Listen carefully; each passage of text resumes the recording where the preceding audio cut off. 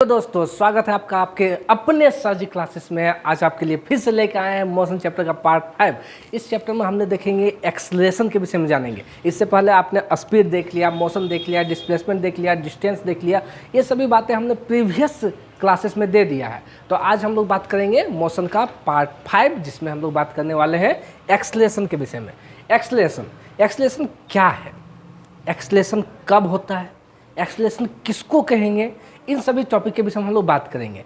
Acceleration में मुख्यतः दो भाग में आपको बांटा गया है इसको, यूनिफॉर्म एक्सलेशन और नॉन यूनिफॉर्म एक्सलेशन। इसके विषय में भी हम लोग चर्चा करेंगे।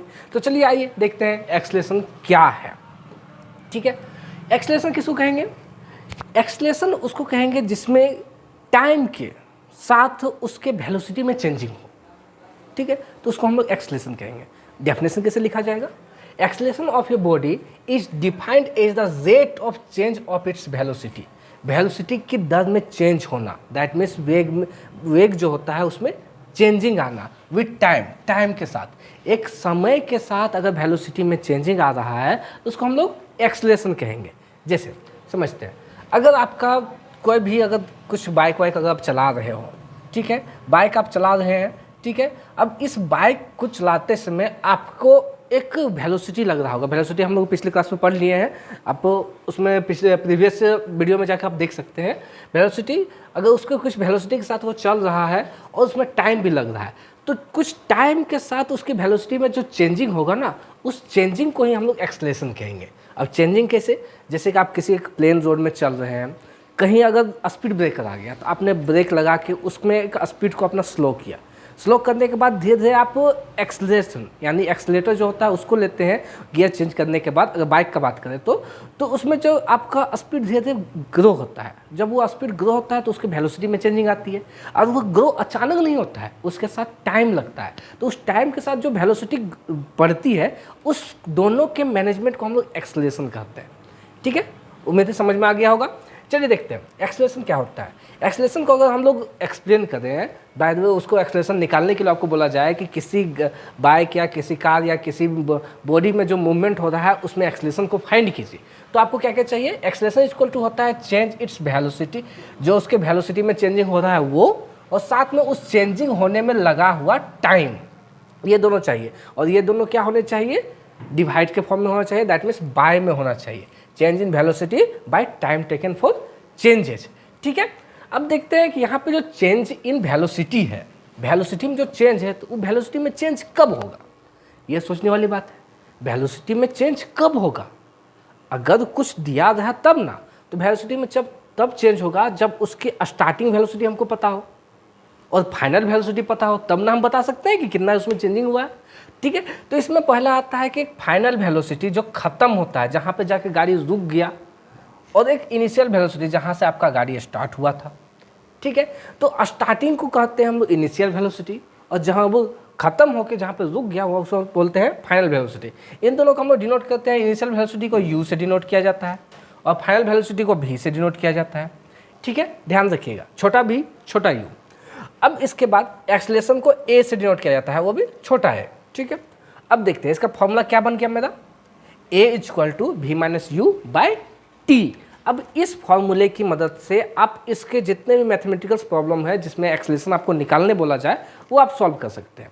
ठीक है, इससे रिलेटेड एक हम लोग क्वेश्चन भी सॉल्व करेंगे वीडियो के आगे। देखते हैं अब इसका एसआई यूनिट क्या होता है। स्पीड का एसआई यूनिट आप जानते हैं, मीटर पर सेकेंड। ठीक है, तो इसका भी थोड़ा उसी के जैसे रिलेटेड है। इसमें बस एक छोटा सा अंतर है, क्या?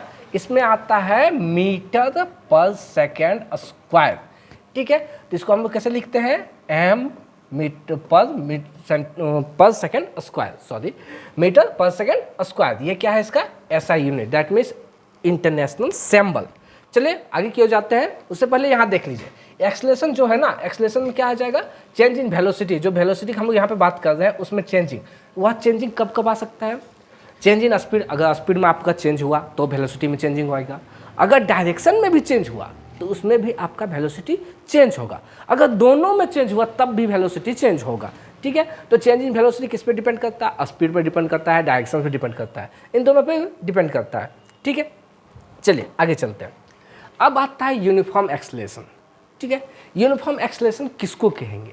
ये body has an uniform accelerations if it travels in a straight line and its velocity increase by equal interval of time।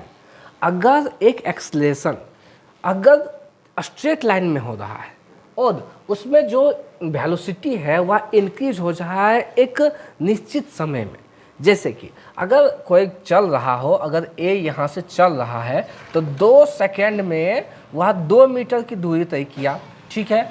अब यहाँ तक पहुँच गया तो अगला 2 सेकेंड में वह इससे थोड़ा एक फास्ट हो गया, जैसे कि 2 मीटर यहाँ पे कवर किया था, यहाँ पे उसने 4 मीटर का कवर किया, ठीक है। अगला फिर जो 2 सेकेंड हो गया, उस 2 सेकेंड में इसने कितना किया, इसका डबल किया तो इसके डबल में आ गया, यानी ये आपका 16 आ गया, सॉरी 8 आ गया, ठीक है।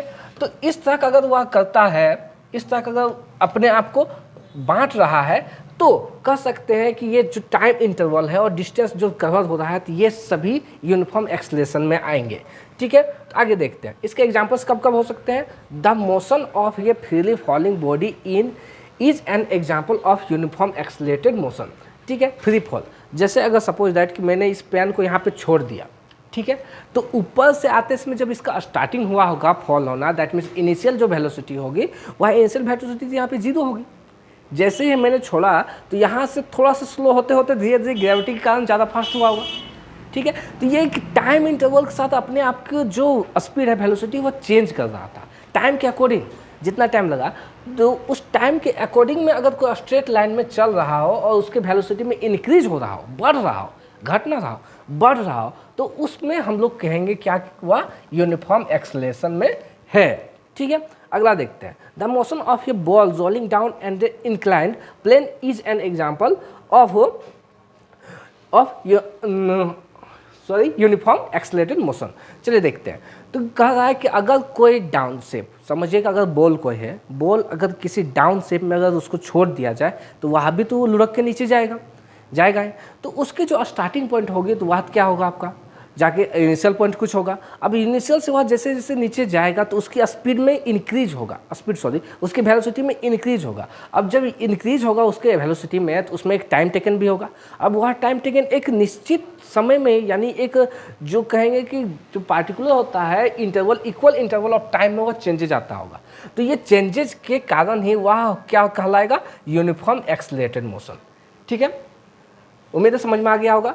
चलिए इसका ग्राफ में थोड़ा ध्यान देते हैं। जो यहाँ पे ग्राफ है, इस ग्राफ की हम लोग बात किए हैं कि जो आपका रहेगा इस तरह का, अगर इसको कहेंगे एक्सेलरेशन टाइम ग्राफ, तो यहाँ पे एक्सेलरेशन हो गया, यहाँ पे टाइम हो गया, एक्सेलरेशन टाइम ग्राफ। तो इसमें क्या हो जाएगा कि टाइम के साथ में इसके एक्सेलरेशन में चेंजिंग हो रहा है, जितना टाइम लग रहा है उतना एक्सेलरेशन में चेंजिंग हो रहा है। अगर यहाँ से टाइम अगर कुछ लगा है, यहाँ 2 सेकंड लगा तो इसमें यहाँ कुछ एक्सेलरेशन में चेंज हुआ, फिर अगले 2 सेकंड में एक्सेलरेशन में चेंज हुआ, तो इस तरह का इसका ग्राफ बनेगा, स्ट्रेट में सीधा का सीधा जाएगा, ठीक है, पूरी तरह से। चलिए आगे की दुनिया में चलते हैं, अगले में चलते हैं, देखते हैं नॉन यूनिफॉर्म एक्सेलरेशन, ठीक है। अभी आपने देखा यूनिफॉर्म एक्सेलरेशन। यूनिफॉर्म एक्सेलरेशन में क्या कहलाया कि इक्वल इंटरवल में आपका वेलोसिटी भी चेंज हो रहा था, ठीक है। जस्ट इसका उल्टा, दैट मीन्स अगर वह यूनिफॉर्म में इक्वल इंटरवल में चल रहा था, इक्वल वेलोसिटी में वहाँ चल रहा था, लेकिन यहाँ पे क्या होगा, वेलोसिटी में इंक्रीज होगा लेकिन इक्वल इंटरवल ऑफ टाइम में नहीं होगा। यानी इसमें टाइम का कोई निश्चित नहीं है कि एकदम फिक्स टाइम में ही वह चेंज हो जाए, या चेंजिंग थोड़ा ज़्यादा में भी हो सकता है, थोड़ा कम में भी हो सकता है। तो उस तरह के जो एक्सेलरेशन रहेंगे, उस एक्सेलरेशन को हम लोग क्या बोलेंगे, नॉन यूनिफॉर्म एक्सेलरेशन। ये body has an non uniform acceleration if its velocity increase by unequal amount of equal interval of time. यानी जो आपका इंटरवल ऑफ टाइम दिया गया है वह की क्या होगा, अनइक्वल अमाउंट में रहेगा, दैट मीन्स वह बराबर नहीं रहेगा। देखते हैं दूसरे वर्ड में इसको क्या बोलेंगे कि ये बॉडी हैज, ये नॉन यूनिफॉर्म एक्सेलरेशन। एक बॉडी नॉन यूनिफॉर्म एक्सेलरेशन में तब होगा यदि if its velocity changes at ये नॉन यूनिफॉर्म रेट। अगर उसकी वेलोसिटी नॉन यूनिफॉर्म रेट में हो, जैसे कि हम लोग नॉन यूनिफॉर्म वेलोसिटी पढ़े थे, उसमें हम लोग क्या जो पढ़े, उस रेट में अगर इसका चेंजिंग हुआ हो तो उसको हम लोग क्या बोलेंगे, नॉन यूनिफॉर्म एक्सेलरेशन, ठीक है। नॉन यूनिफॉर्म एक्सेलरेशन का टाइम कैसा ग्राफ होगा, एक्सेलरेशन टाइम ग्राफ, इधर हो गया एक्सेलरेशन, इधर हो गया टाइम। अगर इसमें कहेंगे तो इसको टाइम के अकॉर्डिंग तो होगा नहीं, एक्सेलरेशन में चेंजिंग होगा लेकिन टाइम के अकॉर्डिंग नहीं होगा। हो सकता है यहाँ से यहाँ तक कम गया, इसका ज़्यादा हो गया, फिर इसमें ज़्यादा हो गया। तो इस तरह का करके यह अलग अलग शेप में चल जाएगा। तो इसकी जो जनरली ग्राफ अगर बनाया जाता है तो इस शेप में बन जाता है। ये कब ज़्यादा कब कम हो जाए ये कहना अलग है, ठीक है। अब चलते हैं आगे, ठीक है। अब देखते हैं रिटार्डेशन। रिटार्डेशन में क्या होता है, इसका होता है हिंदी मंदन, ठीक है। कहने का मतलब कि नेगेटिव एक्सेलरेशन। एक्सेलरेशन जो होता है कि वह नेगेटिव पोजीशन में आ जाए। जैसे यहाँ पहले इसका हम लोग डेफिनेशन देख लेते हैं। If the velocity of a body increase, अगर एक जो किसी बॉडी में वेलोसिटी जो है वह इंक्रीज हो रहा है, द एक्सेलरेशन इज पॉजिटिव, अगर एक्सेलरेशन पॉजिटिव में हो तो।